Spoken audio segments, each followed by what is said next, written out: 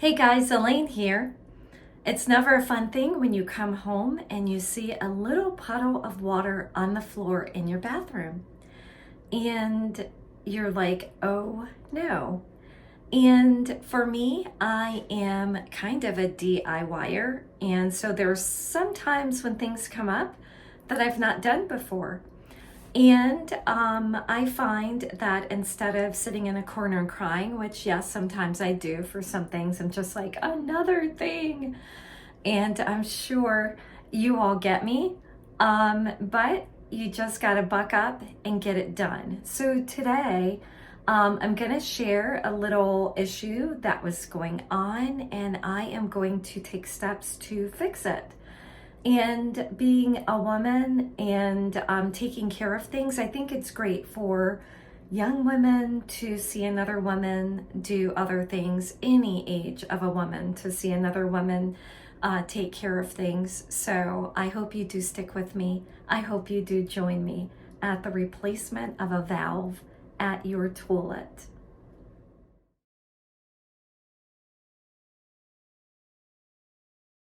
So when it comes to fixing fixtures in the bathroom, I'm really not a stranger. I've replaced flappers and handles to the toilet and pieces that I can't even tell you what they are, but I know them if I look at them.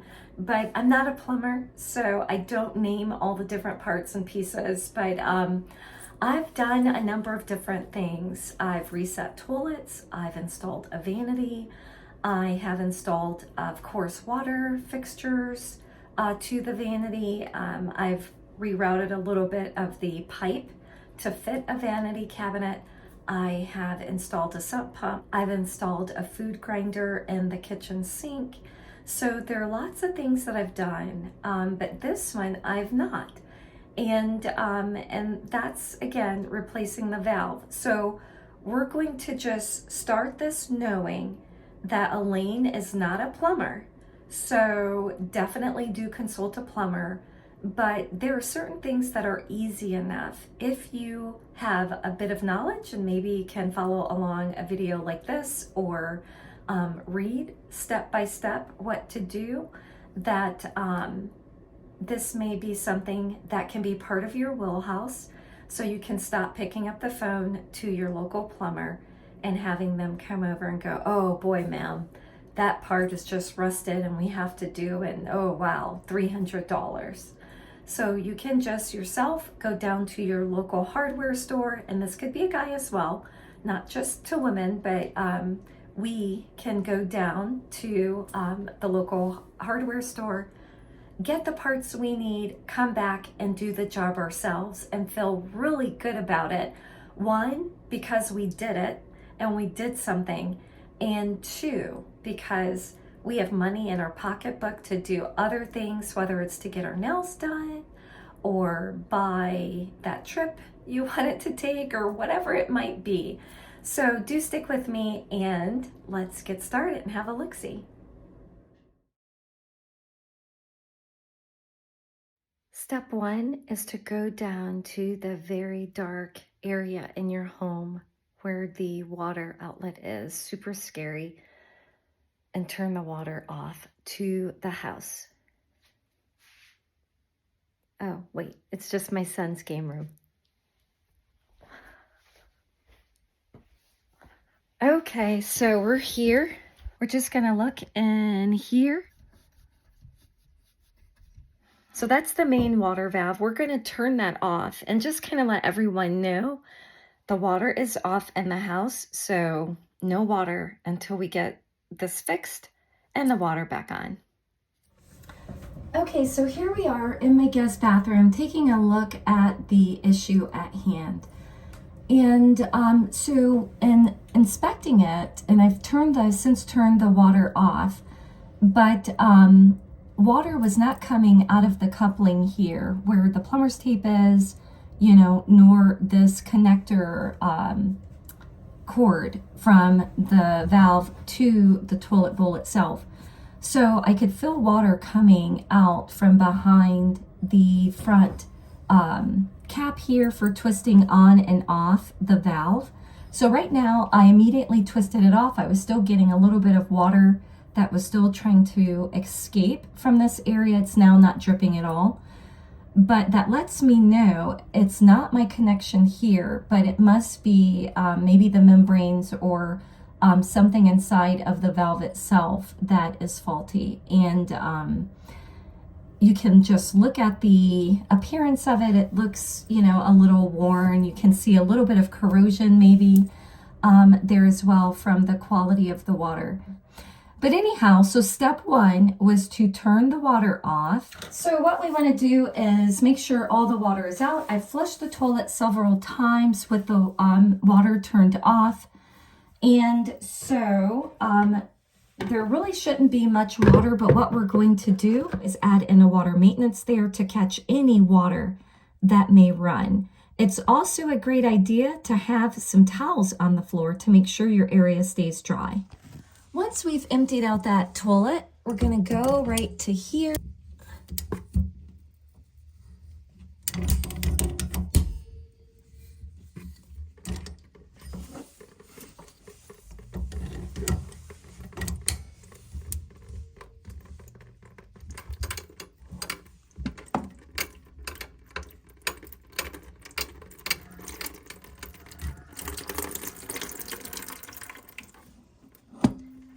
So we're just gonna let that water escape just like that.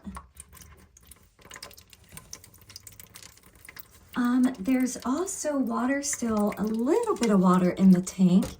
So right now we can go ahead and grab this piece right here.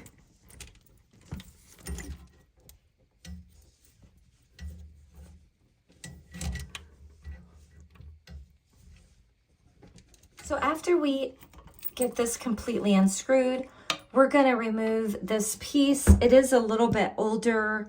Actually, it's not very old, but it's a bit longer than what we really need. So I bought a shorter piece. My next step is going to be to start right here at this point to unscrew this with my crescent wrench. We're going to wrap the threads with plumber's tape, put the new one on, and we should be complete.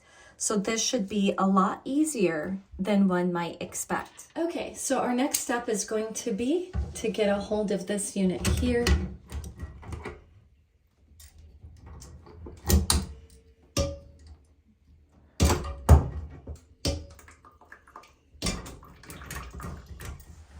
So there we go. And there it is. And so this part, you can see it's a bit corroded around there, a little dirty on the inside as well. So this is a piece that really does want to be replaced. Okay, so we're back. We have the new nice clean part. It has a nut that screws off the back like that. There is a compression fitting on the inside. Since this is compression type system. For my system, this is how I need this unit to read. So basically, this is what I pulled off of my system, and this is what I'm putting back on. So the compression for the little coupling here, I'm not going to need it because I'm going to be using the new connector here, and it has that fitting. See that right on the inside, and that's going to fit, you know, right there like that. So I'm not going to need the supplied nut and compression for the coupling, nor the opening this portion of the unit here. And since this valve is designed this way, unless I were a plumber and I was going to rework this and, you know, cut this off and just rework it so that I could get my, which I would love to get a new nut on there. And now I remember when I had my floors done, they weren't able to remove that because of this unit here. So without having a plumber in to redo that, then I'm kind of stuck to reusing my existing compression ring as well as the existing nut that's there. So I'm going to move my little maintenance pail away from there. And of course, I think it knew that I did that so it could try to drip onto my floors. Okay, so I'm going to take my, my plumber's tape here, and I'm going to get that onto my thread here. And I'm just going to wrap this around like a few times. So there is 1, 2. It's starting to like twist on itself, so that's good right there. So I'm just gonna kind of tear that off right there, and I'm just going to smooth that out. You don't want to go too much over the, like I'd say a few times. If you do too much, it can actually just split, and then it becomes ineffective. So we're gonna wrap that there. I'll do this one a bit later when I'm ready to put the coupling onto it. Okay, so we're gonna get this here. Again, I'm going to have to reuse the existing compression ring that's there. So I'm gonna start screwing this by hand. And then as it gets tight, like it is right now, I'm going to take this, and ordinarily, like I was kind of rough with this guy and taking it off because I thought I was going to put a new nut on there. And I might go get my plumber's wrench. So the plumber's wrench is just smooth, so it helps from like causing bite marks and issues down the road with your hardware. So I'm just going to get my plumber's wrench on there and tighten it this way.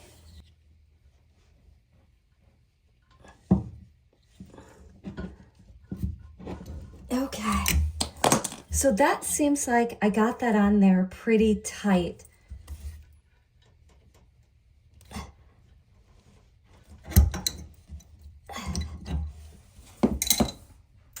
So what I did was I put one of my plumber's wrenches here to kind of hold it in place, because as I twist, it moves around my opening here, and I want that to be upright to basically go right to that, but I have to make sure that no water is getting through here. So I want that as tight, you know, as can be without stripping it, because if I do any damage here, then I need a plumber to come in and help me with my copper plumbing here. And so I really don't want that. So I'm going to try to treat this as gingerly as I can.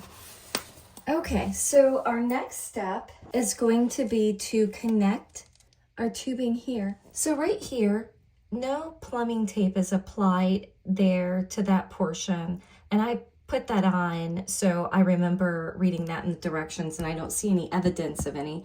So I'm not going to worry about that, but definitely here at this metal connection here, we want to apply some of that plumbing tape. I like to start with the tape being as smooth as possible.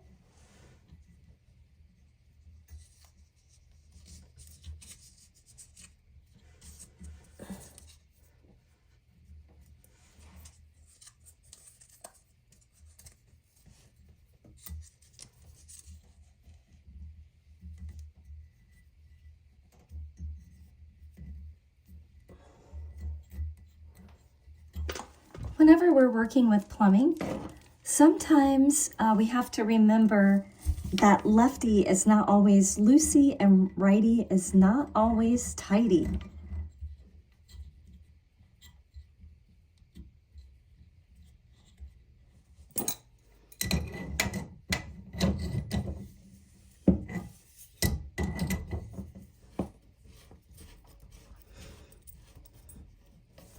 So because I have a shorter connector here, I'm going to twist my fitting here over a little bit just to get a little bit of bend, and that because it's so difficult to do it like straight up and down.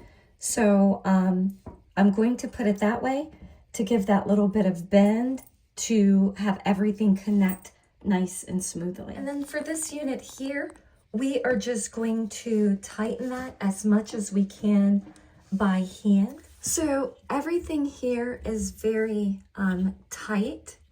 So how do we know if we did a good job?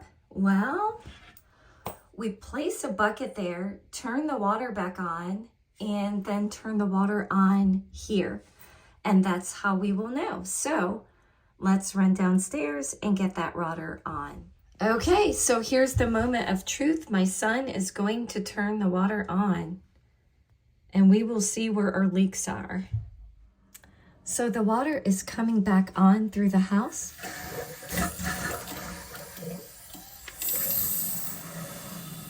Okay, so we're turning that on here.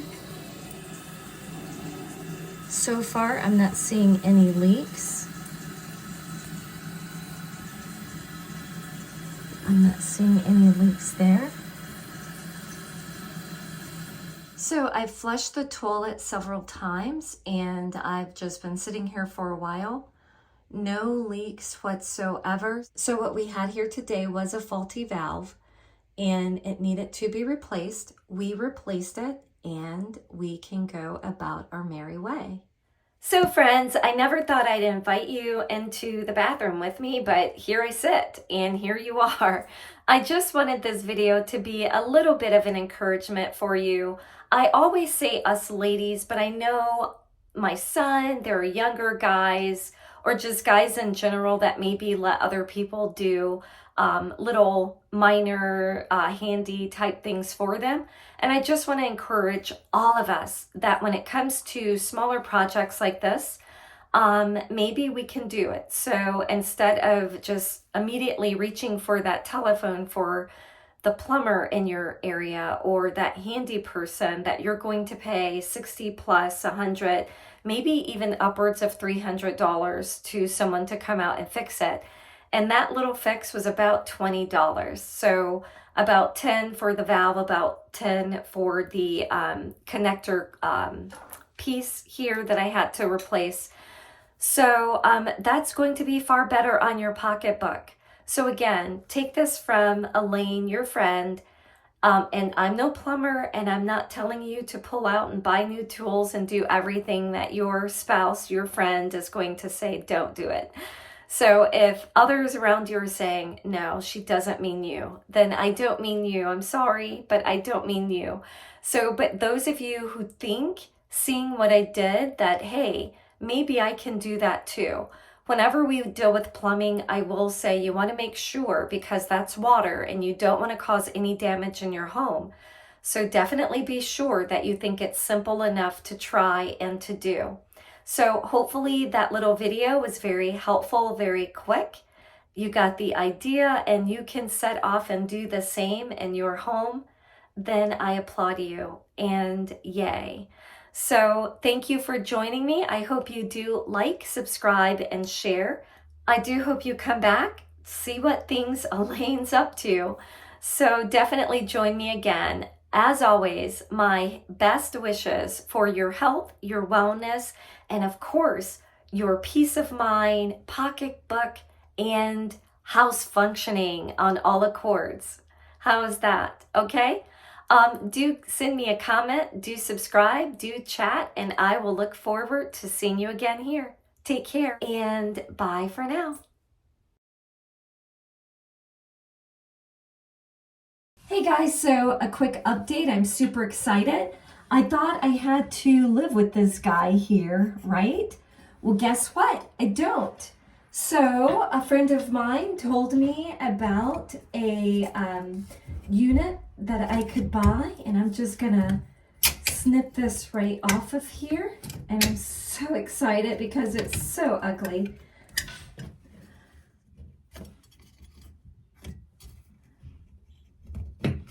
I want to be very careful with this piece of metal because since I cut it, it's a little sharp around the edges. There we go. And since I can't remove this nut, I'm super excited about this piece. It literally opens like that.